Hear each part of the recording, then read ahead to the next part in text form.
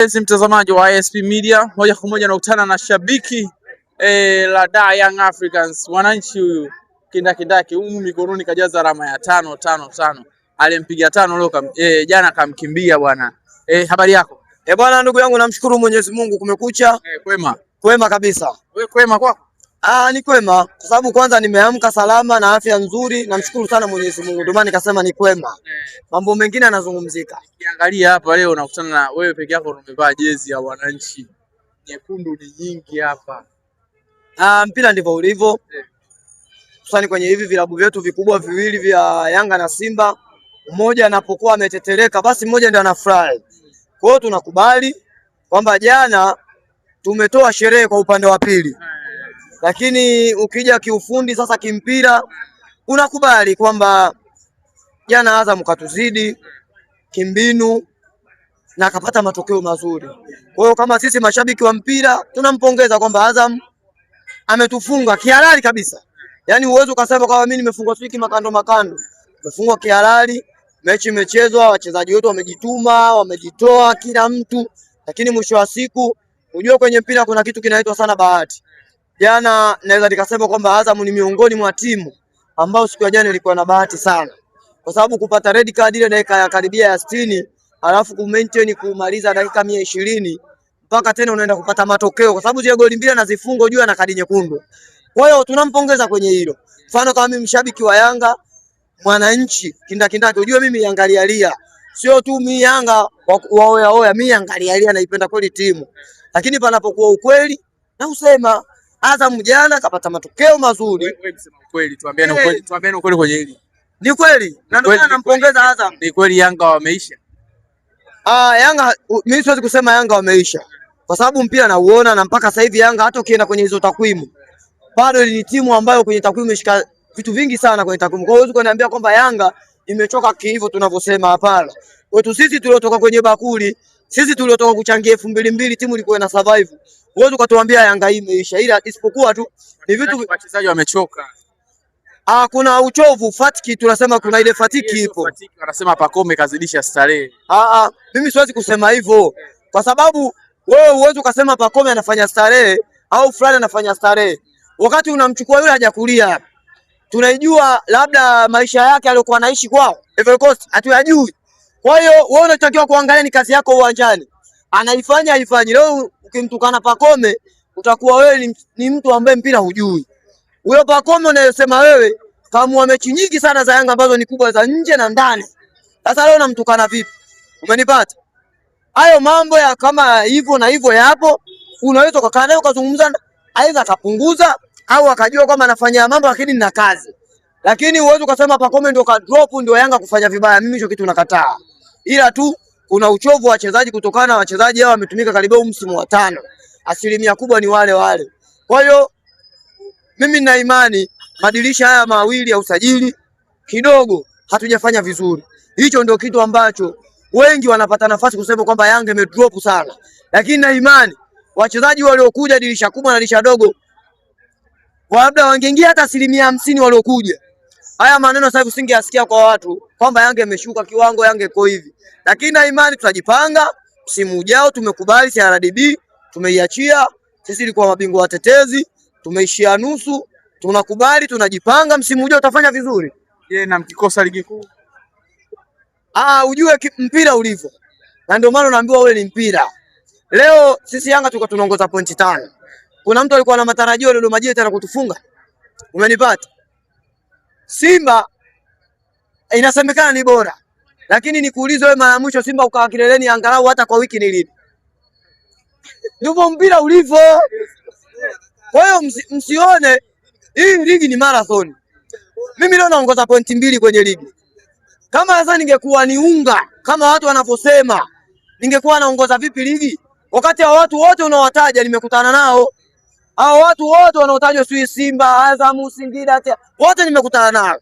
Lakini wanaongoza ligi. Uwezo kuniambia Yanga imekuwa unga kama watu wanavyosema, mimi nakataa. Ila mimi najua mpira una matokeo matatu: kufungwa, kushinda au kusare.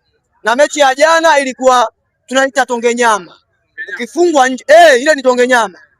Na ndio maana zimesha dakika 90 2-2. unaogopa zile bao 4 walizowapiga.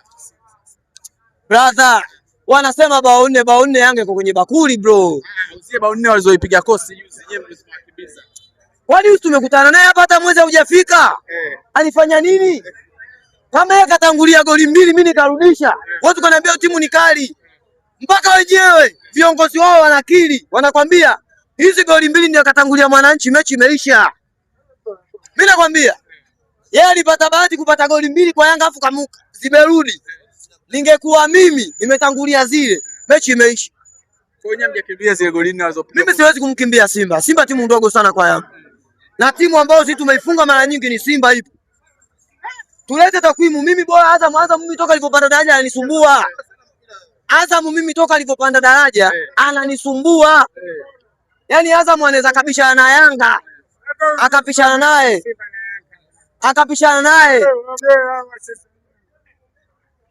Akapishana naye. Lakini bro, Azam anatoa mechi ya ukweli akikutana na Yanga. Kwa sisi tumekubali wananchi kwamba tumekutana na Azam, mkubwa mwenzetu kapata matokeo. Kwa sisi tuko radhi kabisa, tunamwambia umeenda fainali na Simba kaenda fainali. Tutaka tuangalie fainali sasa. Kwamba tujue mara ya kwanza na miaka 4 tunakaa nje mnaiangalia. Kwanza mimi hao mashabiki wa Simba wanaopiga kelele mimi nashangaa sana. Miaka yake 4 hii kombe kachukua mara ngapi refu? Alichukua miaka yake 4 ya ubora. Finali kapiga finali 2, moja kanifunga mimi Kigoma. Nyingine kamfunga nani sijui na Mungo sijui Mbao. Lakini makombe mengine alikuwa anagawana na hizo timu ndogo ndogo. Lakini mimi na maintain ubingwa mara 4. Kombe liko kwangu. Kwa hiyo sasa hivi Mgumba akapata mimba. Mate mji mzima ndio wanachokifanyia hawa. Wewe Yanga hujamfunga wewe. Ukapiga kelele kanikimbia. Wewe bora ulivyokutana naye umemshinda. Sasa hivi hapo anakwambia hajamfunga yeye. Anapiga kelele yeye. Amekuja huyo hapa bwana. Bwana, hebu angalia huku kidogo. Anakwambia bwana wewe hujamfunga Yanga lakini kelele. Mwambie mwenyewe anajua mwenyewe. Anajua nini? Maisha mkele anajua mwenyewe. Kama hajafungwa na Simba anajua mwenyewe. Anapiga yeye mwenyewe, analia na nini sasa? Kama hajafungwa na Simba. Hajalia, anasema wewe ulimtaka football kwamba Azam jana katumia madhaifu yetu, katufunga kimpira tumekubali. Madhaifu gani alikuwa nayo? Wakati yeye bora. Jamani, muulize. Anasema madhaifu gani na wewe ni bora wakati bora. Kwani kwenye mpira ili ufungwe ufanye nini? Makosa ukifanya makosa Azam tumefanya makosa katuadhibu. Amuulize Mwamnyeto ndo anajua kila kitu.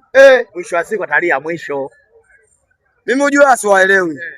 Mimi naona mashabiki wa Simba sasa akili zao zimehama. Umenipata? Sherehe yao tumeona juzi wamemshangilia Dodoma Jiji. Jana wamemshangilia. Sasa nyinyi mbona furaha yenyewe hamuitaki? Sisi furaha hatuna Dodoma Jiji wala Coast Union. Sisi tunakuuliza wewe. Unaniuliza nini? Kwamba wewe uko bora, kwa nini unafungwa na watoto? Nikuuliza swali moja. CRDB au FA? Anayeongoza kuchukua lile kombe hapa nchini ni nani? Naomba unijibu. Kwa sababu mimi nataka takwimu. Una 2 kwa kuchukua ile kombe. Anayeongoza kuchukua Simba na 2. Yanga na 8. CRDB. Ambao ni FA. Hebu atuambie takwimu. Historia ya Yanga na mara 8. Atuambie historia yake. Nakwambia sasa wewe. Mwaka gani mpaka leo? Hiyo timu yako na isifu hii tumuulize. Inaanzishwa ilikuwa na mangapi? Mimi na yaani kama mara 8, amechukua mara 8. Atuambie imeanza mwaka gani? Wewe FA imeanza leo. Atuambie. Au kubadili jina mdhamini kabadili. Mwambie. Mimi siwezi kumchana na huyu bwana. Hana takwimu wewe nenda. Kafanye shughuli zako. Kafanye shughuli zako wewe, una historia na mimi. Una takwimu wewe. Muite mwenye takwimu aje kae na mimi. Turudi hapa. Turudi hapa. Bwana sasa hapa ukiangalia wewe kwa upande wenu Yanga mnahisi sehemu gani mnaposhindwa hasa?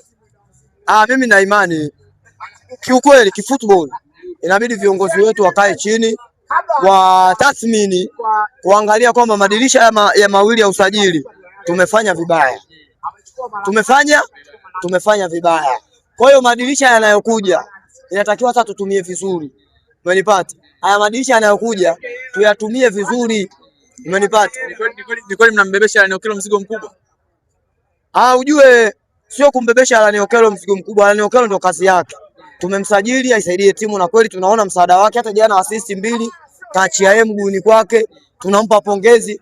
Bado anajiongezea namba nzuri kwenye klabu.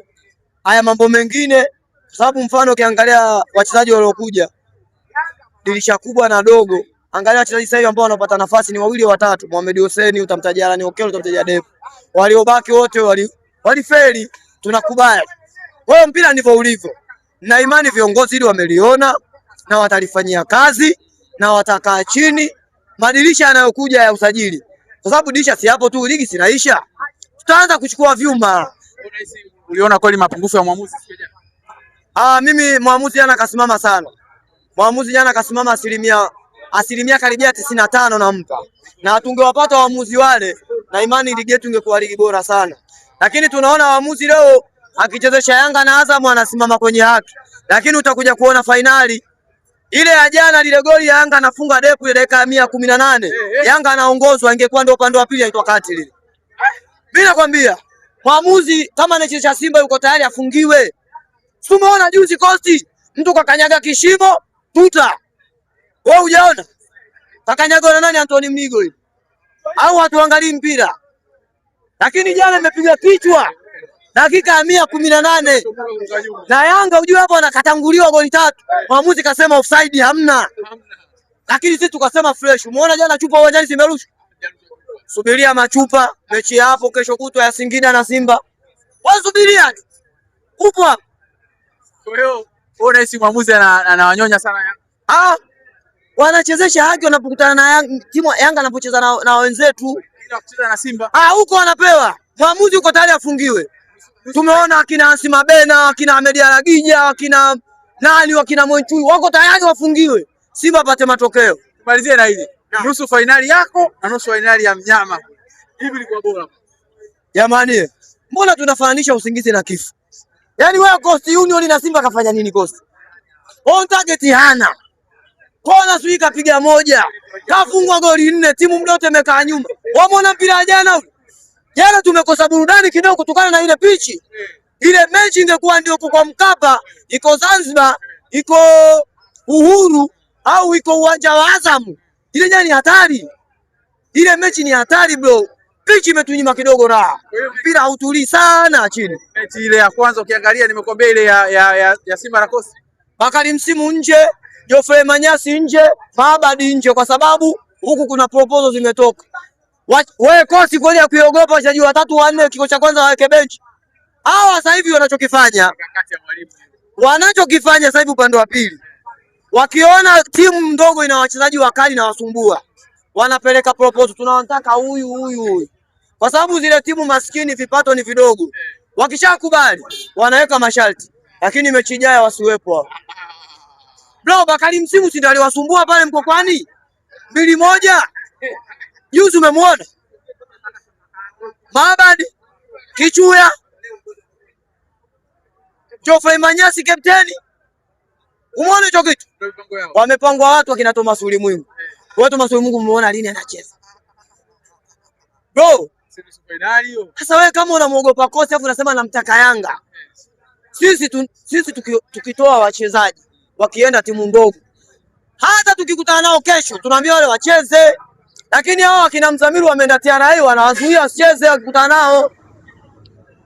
Mpira wa kishamba kabisa wanauleta hao wenzetu ambao ni mpira wa kizamani. Wewe mchezaji umemwacha kwa sababu ni mbovu, umemtoa kwa mkopo. Ukimkuta kule timu ya pili unamuogopa.